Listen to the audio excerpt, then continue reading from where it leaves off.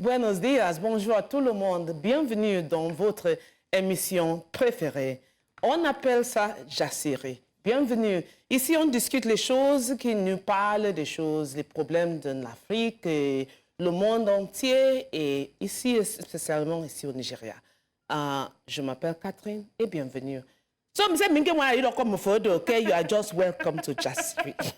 Good morning, guys. I know. When people are polyglot, Yes. just show off. Yes. No, you don't tell But it sounds so good. It's so sweet in your mouth. So you just set me up for this because we were having conversations in the makeup. You guys, you just need to know what goes on in our makeup. It's crazy, isn't it? I asked Catherine Yeah. to tell us how they romance women. Can you imagine? You have to Just something toast the clean one, No. because just the clean one. Because what you were saying was sounding a little. We should do some role play. So you're gonna be the guy, and then you're gonna toast. Me? Let me toast to you. Toaster. You're the one closest to her anyway. Okay. I'm listening. Tolu, you didn't have to do this. Anyway. Yeah. So, baby. I would never. It would be over by. My sister, you will listen to it, sweet baby. Fine, it's over. Me. That's. Abante, you okay? Decide that you decide to shine on your face. This your sweat face over. Hey, come for here.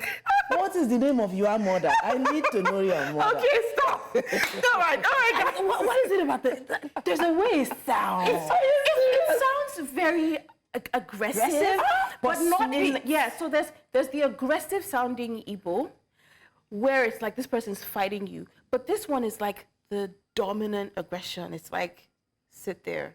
I'm talking to you. Oh, come on. Sorry, guys. Let's come back. Let's come down to earth. And in fact, what I'm about to tell us is going to bring us down to earth. Unfortunately, I've got some not so great news, guys. I'm tempted to ask, before I share the news, is it that the Nigerian government, hi guys, if you ever decide to watch our show, is it that you are trying your best not to do good things for us? Is that the plan? So tell us so that we know, so that we can manage our expectations, because yesterday, I think it was, we've heard that there is going to be yet another, and I think this might be the third, if I'm not mistaken, increase in the electricity tariff. Yep. And guess who is going to suffer it again? The very, very unlucky Band A customers. Nigeria's monthly power subsidy is reaching 181.63 billion naira in September. It was earlier this year in July that the Nigerian Electricity Regulatory Commission, NERC, raised Band A to 209 naira per kilowatt hour when the subsidy rose to 158 billion naira in June. Now, during this period, the NERC put the dollar exchange rate at 1,494. That's 1,494 naira in July. It became 1,564 naira in August, and now it is a whopping 1,601 naira for September. This increment in coupled with established benchmark prices of gas and Nigeria's inflation rate is said to fuel this supposed tariff hike, which is expected when? Guess when? In a few days. When we wear our unity fabric in October. So we'll be unified. Yes. So if how hard the country is. You might not be able to afford power, but you're gonna look good in the unity as you will be. So I have a lot of questions, but you know, there was all this conversation before that last time about who is in Band A? Yes. Because there was about it. No, we have to talk about it because it's saying Band A, but at the long run, we know that there's usually something called the multi-year tariff review. And that's when every year, during the year, I think twice a year, they're supposed to review the exchange rates, look at how things are producing, and set the tariff. Our tariff rarely ever goes down. Never. But who is actually Band A? Everybody at this point is Band A. Let me finish. Oh, you have the stats, please. Yes, you know me now. Hit us. The NERC, if you do not know them, the National Electricity Regulatory Commission, says Band A is a minimum of 20 hours a day. Band B is a minimum of 16 hours. Band C is a minimum of 12 hours. Band D is a minimum of 8 hours. And Band E is a minimum of 24 hours. How much light have you ladies been getting? Band A. Certainly not 20 hours. I can tell you for free, it's not 20 hours. And I was saying before the show started that I had this just weird feeling that they would do this rubbish. So when this whole Band A thing started, we were getting the light. With 20 hours was pretty constant for a couple of weeks. But I don't know, one niggling feeling I had, it's like they're going to keep this as long as it takes for it to sink in our minds that we're paying this higher tariff. And then they're going to systematically reduce the hours of light. And believe me, we're not getting 20, we're not getting 19, we're not even getting 18 hours of light, and we're on Band A. Are you, so how is light for you? And you're going to keep paying the Band A tariff. So funny enough, we have light, a lot of light. So over 20 hours? Yeah, so much consistently? So like, I have not, even if they take it consistently. Okay. So since I've been back, I've not thought about any gen anything. No, they we might were take it within 30 minutes or so is back. With an inverter, I'm on light 24 hours. So it makes it also difficult sometimes to tell know when they take the light. But I use AC because... So you know the thing, where I live, they give us logs for when the generator comes on and then when they switch back to NEPA. And so when the whole Band A thing happened, you're right, we hardly got, in the reports we would get daily, it's like, oh, generator used for like 20 minutes. Exactly. Now, and I've watched it and I've looked at it over time, it's increasing. It's an hour, 2 hours. Okay, so today we only had 16 hours of NEPA, but we're still on Band A. That's why I said it was easy to lump it all and say everybody is inadvertently on Band A. Yes. Whether you want to be on Band A or not, I think it's just safer for them, or I don't know whether safer is the word, but it's just easier for them. No, it's not safer. easy. It's more profitable. It's more profitable. It's more lucrative. Band A pays 225 naira per kilowatt-hour. Band A or not, you are Band A. So, I was reading, where was it? I think it was a tweet, because we have some reactions, but I was reading a tweet where this woman was saying, in a day you spend about, I'm going to misrepresent her, maybe like 4,000 something on power, like for 12 hours, buying units now, So you're spending like upwards of 2,000-3,000 naira per day on power. Calculate that after 30 days. And people are spending 300 and something thousand per month on NEPA. On electricity. Not diesel. Let's go to some reactions which have come in, because it's a big conversation for many of us here in Nigeria, especially with many states still struggling to implement the new minimum wage. We're in we're in a fuel situation as well. 898 naira. That's what I paid on Monday, ladies. I bought 15,000 first, and I just saw that thing barely even moved. move. I was like, wait, what happened? No, it Didn't even move. But let's see what people have to say. Kate Henshaw in particular. Band 8.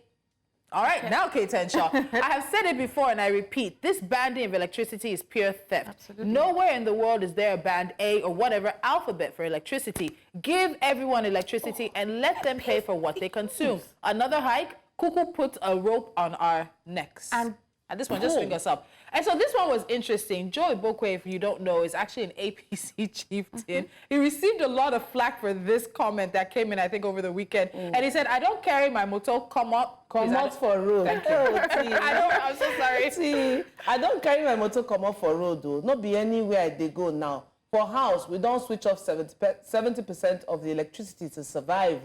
Life na teacher, is all the and like you it's a chief, you call him APC chief that is saying this. They're saying, was there going to be a discount for APC members? No, my point is, these people are presumed to be well off. They're presumed to be financially advantaged. Exactly. And they're complaining about power. Which day was it we were talking about? I have a friend, and this is going to sound like cap, but I promise you guys it's not cap. I saw it with my eyes. His power bill during the month was a million and something. How many bedrooms? 4 bedrooms. AC in every bedroom? Well, he says that they have started regulating the ACs now. But I mean, on NEPA, is it an industry? That's what are you spending 1 million one naira place on I power might for? slightly disagree with Kate Henshaw. Not a disagreement, but in some countries, you will see areas that are industrial. And it's not to say they don't get light. Their power may be just slightly different in how powerful it is. But what she's saying is the majority of us, we are all Nigerians. Why are you banding us? Banding it. They will come back and tell you that there are places where they are unable to recoup their money. Were we not on this table when the disco in Abuja was threatening to, was listing Aso Rock and military and defense headquarters as people who owe debt? So you're telling me that part of the reason you might be going to hike Band A again is because you're unable to recover your debt from government agencies and then some areas of the cities. And then yes, we're paying for it. Does that make sense? For Kate, I agree with what she says, that let people pay for what they consume. Yeah. I might be living in a one-bed apartment and I use 200 or 300 naira electricity in a day. Can I just pay for that? Can I just pay for what I consume? It is simple, it is basic, it is math. You know, my dear PHCN, and if you want to collect your money from people who are owing you, please feel free. But don't use the sweat and don't use the blood of the common man who is already at his wits. We're choking. We are actually choking. Can I just say, guys, it honestly feels like, you know, how many of you have read Orwell's Animal Farm? No. If you were, you know, privileged, not privileged, if you watched the remake of it, you know, they did an animated version of it. And every time I think of this country, I just think of Napoleon. And I remember that visual when he was, because there was a time when they were telling the animals must not walk on two legs like man. They've got to all walk on four legs. We're all equal. And he started walking and drinking just like the farmer, and he became just as tyrannical as the powers that they drove away. Yeah. It feels like every citizen in Nigeria is funding the lives of people. The lifestyle. I'm just going to leave it at that. And the people you're taxing can't even afford it. It's unfair. See, guys, at the end of the day, what do we do? Even the NLC that people might want to turn to now, they're still fighting their own battles. Minimum wages is an issue for them, and they're saying that they were lied to by the government, deceived into accepting the 70,000 naira as a set national minimum wage, so that there would not be an increase in fuel price. Guess where we are? A lot of states still have not implemented 70,000. Fuel price has increased. Exactly. So it is one thing after the other, one day after the other, and you're thinking. You remember candidate Tinubu who was saying, "Let the poor breathe." President Tinubu, have you let the poor breathe? Are you letting us breathe? What is that? I'm saying the answer is no, sir. You haven't. Just FYI, sir, the poor aren't breathing. They're choking and dying. Some literally. Some literally. Say, Farabale.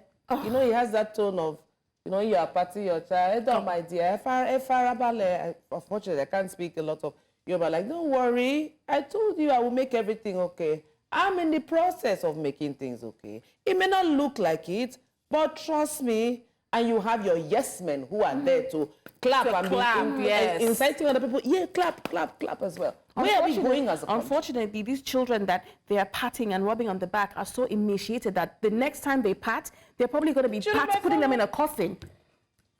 Listen, this conversation, I want to say something, but I'll hold my tongue. You can say it in Efik or say it in French. So if she's thinking about it. You guys, for real, people are dropping like flies out there. It's not you can say that, don't worry, last, even if it's 20 or so, it's like a sacrifice to the country. I'm not saying more than that. And bam to that. Whatever you said, I agree with you. I'm behind you. Just one day. All we ask for is just one day where we can get news from our decisions, from our leaders, from our policymakers that brings some sort of relief to our lives or brings us joy. One day. Is it too much to ask? No. Just one day. But with this conversation, it doesn't look like today is the day. Nope. So we're going to take a break. And when the show continues, let's look at ensuring patient safety in Nigeria. You're watching Jasiri. Join the conversation via our social media platforms. We are at News Central TV.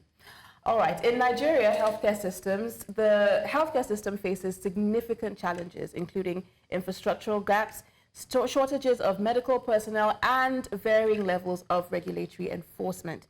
Ensuring patient safety is a critical component of healthcare delivery, as it encompasses preventing errors, reducing risks, and ensuring high-quality care for all.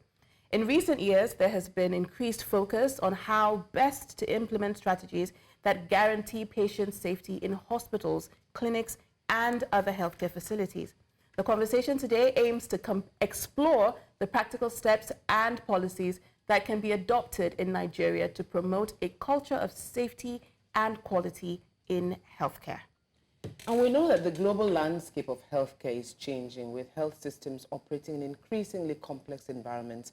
Now, while new treatments, technologies, and care models can have therapeutic potential, they can also pose new threats to safe care. Patient safety is a fundamental principle of healthcare and is now being recognized as a large and growing global public health challenge, which requires advocacy to raise public awareness and foster collaboration between patients, health workers. Now, joining today's conversation on this is Dr. Odunola Olabinton, founder of the Health City and choreographer and actor also, Deborah Ayegbeni. Ladies, welcome to Jasiri. It's a pleasure. Welcome. Thank you. Thank you. Thank you. And you'll wonder why we have two guests for this conversation. One is a medical health professional, and Deborah is someone who has a story that is, of course, aligned to patient safety and issues around it. But as we get into this conversation, Dr. Olabinton, I want to ask about some of the the challenges that we face here in Nigeria in terms of understanding what patient safety is and its significance to healthcare. Okay, thank you so much for having me. It's a pleasure to be here. To answer your question, some of the challenges we face in ensuring patient safety in Nigeria is first that a lot of people don't understand what patient safety is. Even the patients don't understand their rights in Nigeria. And then there's also a growing body of healthcare professionals understanding what patient safety is and delivering that policy or that, should I say, encompassing policy to their patients. So the problem that patient safety is facing in Nigeria is multifaceted, right? From lack of access to healthcare, number one. So WHO says that 40% of Nigerians don't even have access to quality healthcare. So when you can't access healthcare, what you see is what you get. You go to, now that the inflation rate has gone up and there is a lot of, people are prioritizing food over healthcare, what they see is what they get. So in that regard, you would see them using agbo or whatever. No, they've not even got into the healthcare system in the first place. So there's already a problem of access. And in the healthcare system in Nigeria, there's a problem of infrastructure, right? So our healthcare system is divided into primary healthcare, secondary healthcare, tertiary healthcare. You're supposed to do healthcare from ground up. But you will find that in primary healthcare, most like there's been research, there's been reporting, like media reporting, there's nothing in most primary healthcare facilities. The facilities are supposed to be closest to the people. Most of them don't have facilities, and most of them don't have personnel, right? There's a mass exodus of healthcare professionals in Nigeria. So there's also the problem of infrastructure, both in personnel and building-wise. And also, just circling back to healthcare workers now, there's a gap of information, like I said, both on the part of patients and healthcare workers. So then you cannot talk about like safety even in the hospitals, right? There's a study that shows that surgical site infection rates in Nigeria can be is like 5 to 20%, and it's a has it number. always been like that? Or it's something that's just a new wave? It's not new. So you just spoke about patient safety, and I want to ask you a question around that. What is the current state of patient safety in Nigeria? Because according to the World Health Organization, 1 in 10 patients experience harm while receiving healthcare worldwide. I can't imagine what the number is in Nigeria. And some people estimate that it's higher than that. So what are the leading causes of patient harm in Nigeria? And then do you have any stats for patient safety here? So to start with the stats, and then I will move on to the leading causes of harm to patients in Nigeria. So the stats, like I said, 5 to 20% surgical site infection, which is usually due to, poor sterilization of equipment, poor management. So I was talking to someone yesterday who said his wife had problems after childbirth because after the cesarean section, she had infections, and a lot of women will have experienced this if you had given birth via CS. It's just a problem. And the problem I've seen is usually a problem of follow-up. Sometimes the surgery is done well in a sterile environment, but monitoring and evaluation, you're on a ward where 20 women have given birth and you have only 2 nurses. Like there's something is bound to go wrong somewhere. Another stat, Nigeria has one of the highest levels of maternal mortality in the world, right? Some people have also linked that high number to lack of patient safety. I mean, there's a lot of women joining the conversation now to say that when they gave birth or when they were pregnant, that they had complaints that were sort of dismissed, that were not taken seriously. So, and those are some of the problems that we have, statistically speaking. But to now come to the commonest cause of patient harm in Nigeria, it would be like medication error. Okay. Right. Dr. Labinton, just hold on. We have to go for a quick break now. We'll get into the top causes, and as soon as we finish that, we'll also talk to Deborah, who's here for a very specific reason, because she is an advocate for patients in Nigeria, ensuring that their voices are heard. The conversation on ensuring patient safety in the country continues after this.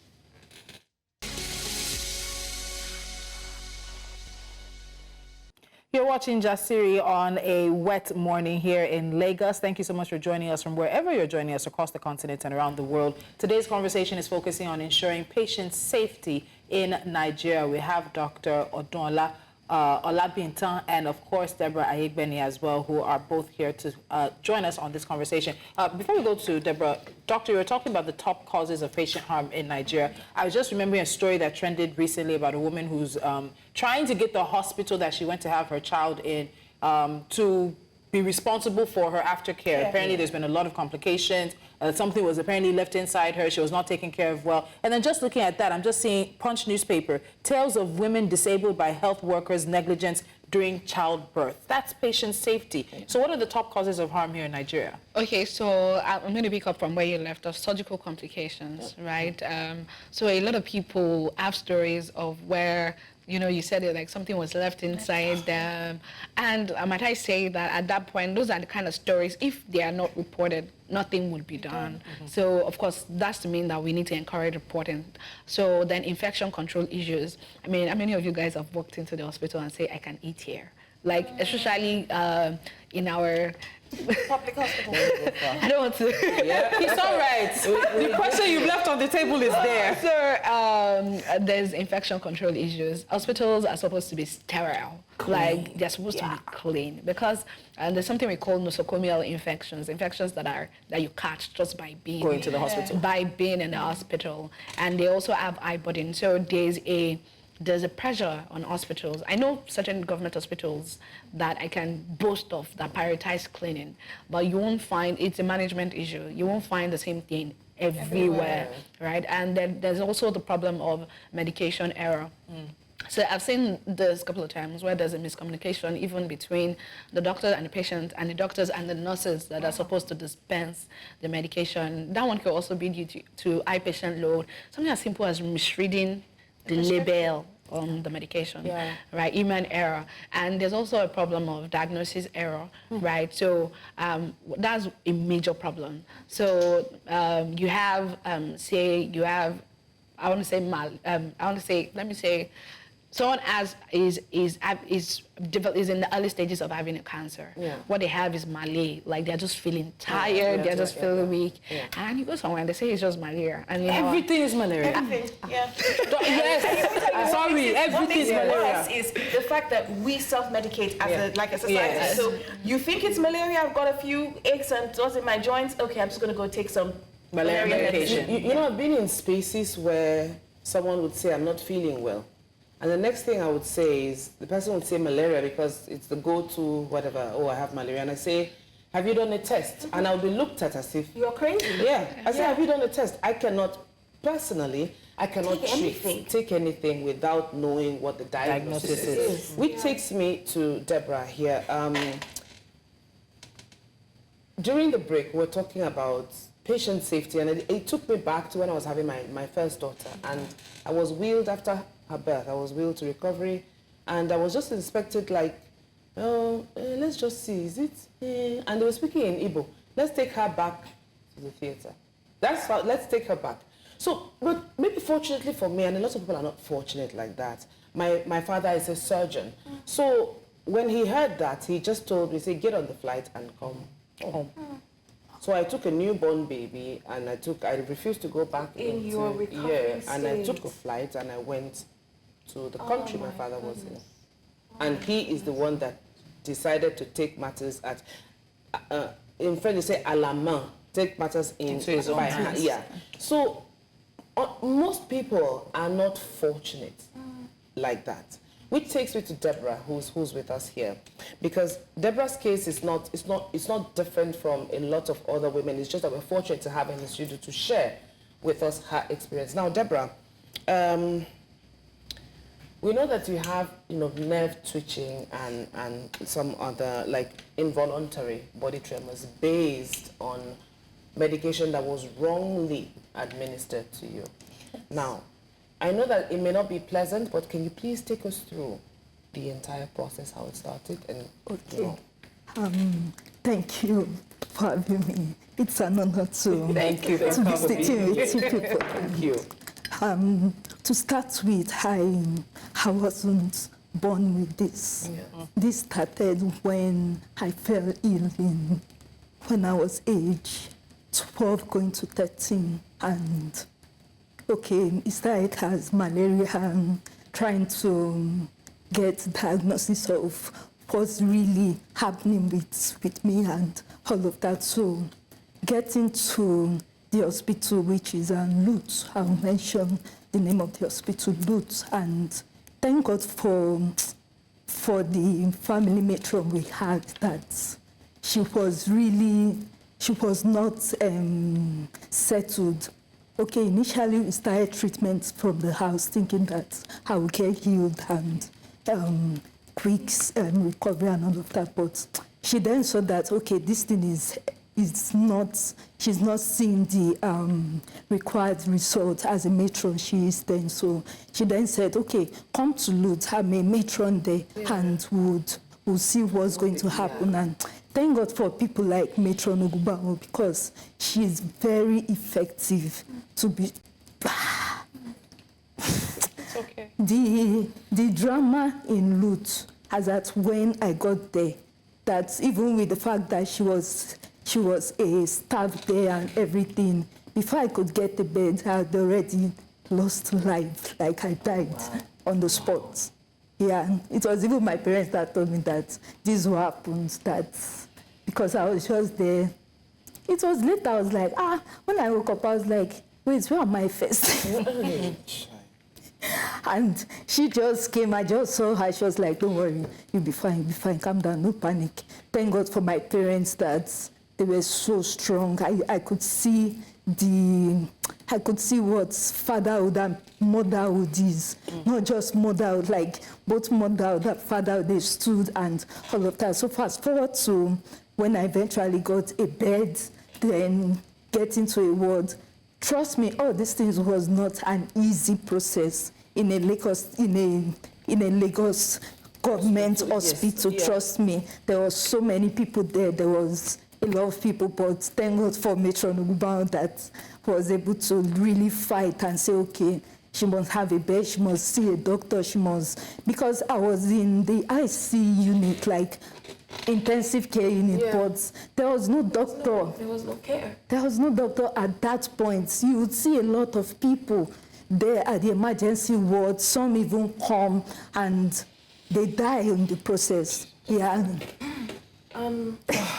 Forgive me, I'm going to try not to get emotional on TV, and I hope you're not offended. Yeah, I'm not.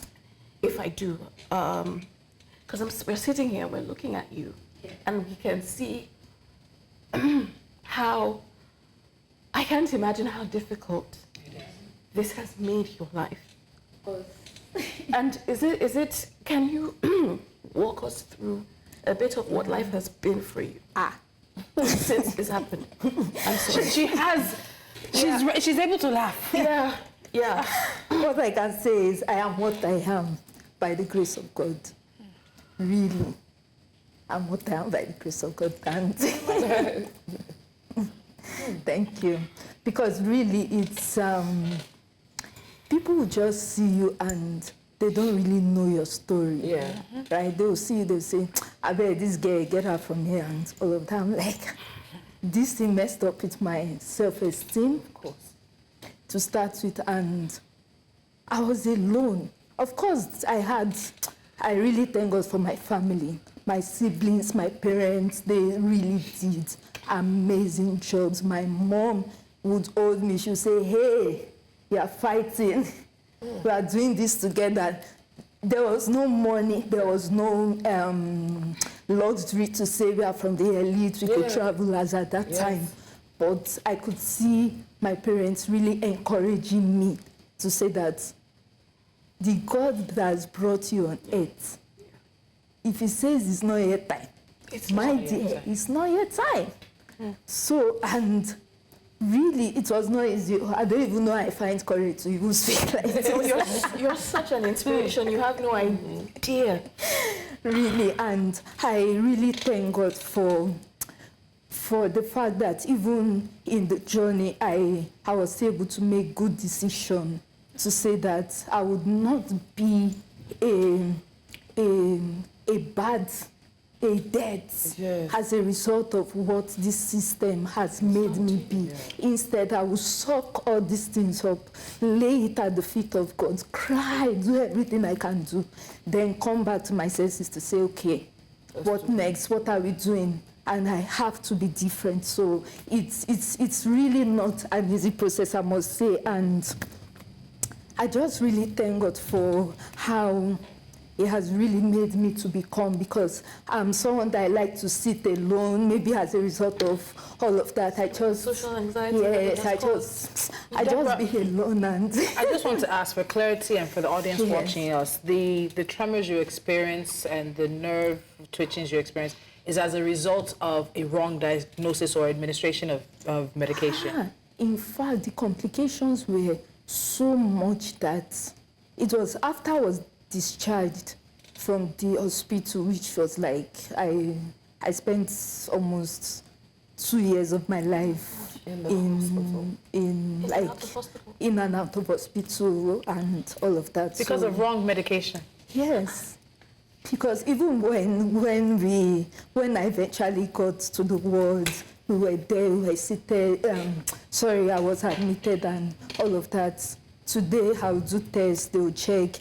They'll say, okay, it's malaria, but maybe it's malaria parasite. And a teaching hospital where we have consultants and we have student doctors that come. There was a period that my body, I was feeling pain everywhere in my body, to say that I told my mom that when she came, I think my dad stepped out to do something. So I was telling my mom that I don't like the way these people just come, touch you. Of course, it's a teaching hospital, but I should say no. I should be able to say no.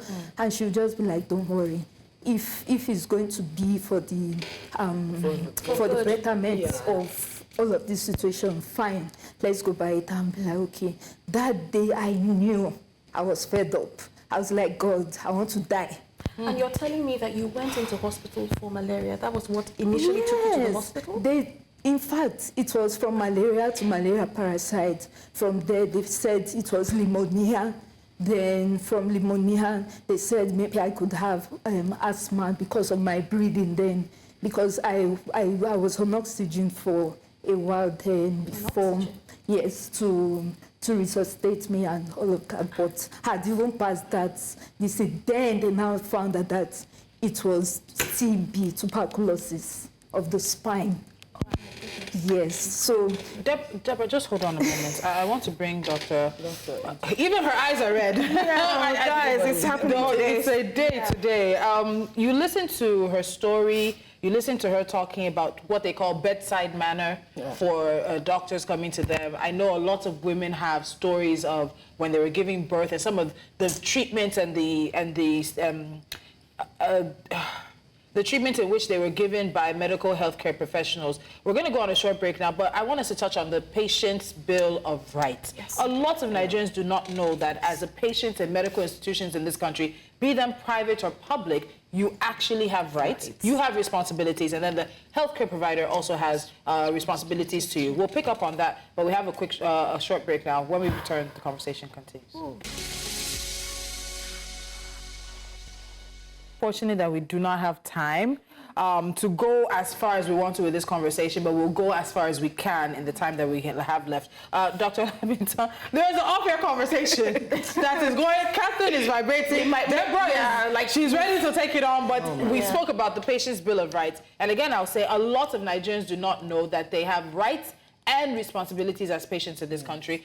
Dr. Labintan, please quickly take us through that, and also the main responsibilities of healthcare providers. And then I'd want Deborah to speak to advocating, how patients can advocate for themselves in these situations. So the Patient Bill of Rights was created by the Federal Ministry of Health, Consumer Protection Council, just to advocate for patient safety, to reduce errors, to prevent them, and if there are errors, you know, when they're reported, the feedback is given, so something like that doesn't happen anymore. So the case where you were mentioning that they forget things inside people, so there's a practice now, they count everything. So all the gauze that was brought inside the theater and all the gauze that was taken out, so all of those things, if there's a feedback mechanism, errors can be corrected. So the Patient Bill of Rights, it covers 12 points majorly, but I'll touch on some of them.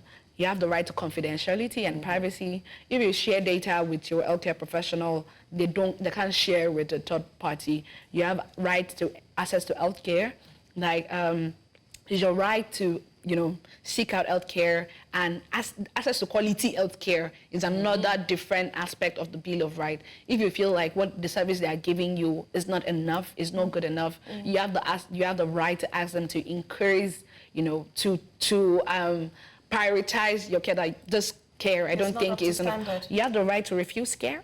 Right, you have the right to refuse care, to refuse to say that I don't want this particular doctor, this line of treatment. I don't want this line of treatment, get me another one. You have the right to be informed about everything that is being done to you. And I think that's where there's a gap, there's a huge gap. Because doctors just go ahead and implement care plans in some places, and I find it terrible. I asked a patient, it was still on Sunday, I saw a patient in a medical outreach. She had a surgical scar around the neck, which sometimes indicates that she had a thyroid surgery done. I said, Mama, what surgery did they do for you? So she doesn't know.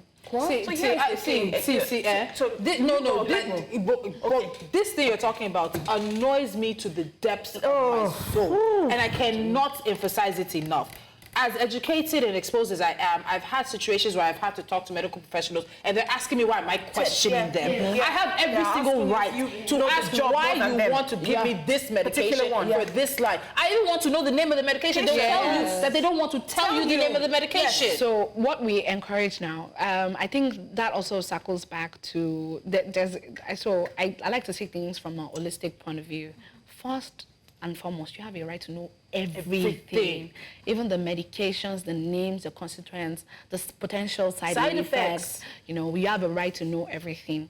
Now, sometimes doctors add the name of drugs, which is not right, because you can get drugs from anywhere in Nigeria. There's no control. So I prescribe a drug just for you, to say that this drug controls pain. So for example, patients that have sickle cell disease, sometimes they can't use just common over painkillers. You have to go up the ladder. Class 4 and above. You have to go up the ladder. That painkiller is specific to that patient, right? But you find out that you can get the same painkiller over the counter, which should be illegal. So sometimes they say, what did you give me to ease my pain? It was really good, it worked. Like, if I tell this person now, they can just, because addiction to that painkiller is also a problem, right? So, I feel like that's not the spirit with which the information that's withheld from patients, that's not the spirit it comes with. So there's this air of, listen, you're the sick person and I'm the professional. You do what I say, and that's the end of the matter. It doesn't matter if you're getting better or not. I can't tell you the number of people I know. The number of people I know who, there's a man, he's a very popular man. This guy he was treated for cancer for 2 years. And he was wasting away. Like, he was sure that he had cancer. He didn't have cancer. He had a gluten allergy. The man had a gluten allergy. He was like maybe I'm exaggerating, like 2 times less his size. By the time he went to another hospital, I think in Israel or something, and they said, sir, you have a gluten allergy.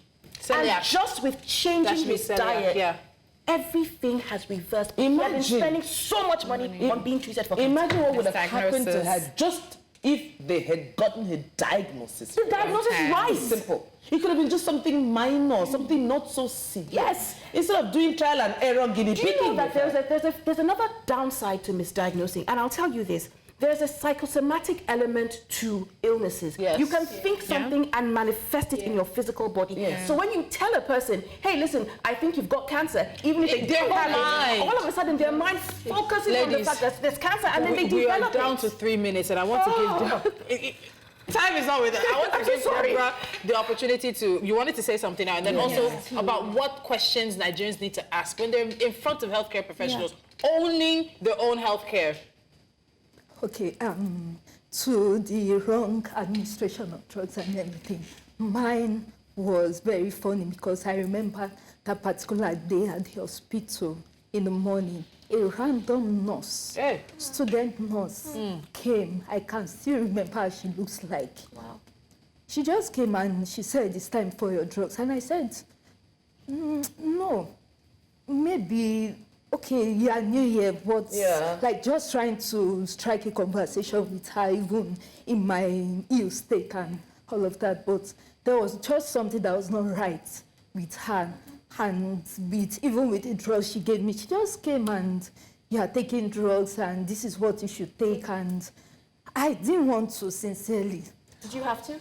She said I had to, because if I didn't, probably she could go and lie to the matron to say that maybe I was difficult. Yes, I'm being difficult, or I'm refusing. But you didn't drugs. I said immediately she gave me those drugs, I blanked out. Can you imagine that? And then the people, the practitioners come when they claim you're difficult, they start to treat you badly. Yes. They actually try to treat you worse. In fact, the consultants there, it got to a point I just said, God send me the right doctors that would come, and really God answered that prayer, because there was a lady that just came, and she just came straight to me. She said, no, what is all this? What is all this? That was where I began to know gradually that there were some medications I was taking that was not supposed to be there. So in the course of that, it had gone so far in my nerves before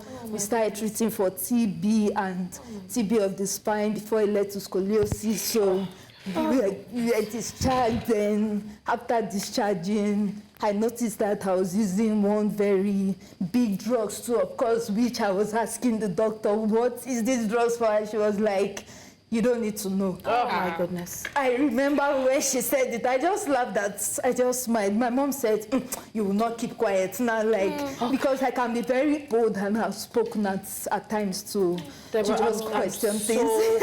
I'm so sorry. We'll keep going. There's not enough time. Because we have to go now. Doctor, we need to have a second conversation next week. So we're going to tie you down, because there's a lot to this, and I think we'll also open the phone lines. Let people share their experiences as well. But on that note, we have to go very quickly, because there is another show coming up at 11. Thank you so much, Dr. Olabinta. Thank you so much, Deborah. We'll continue the conversation with you as well, advocating for patient safety in Nigeria. We'll see you guys tomorrow. No, nothing else to say. Bye, guys. Wow.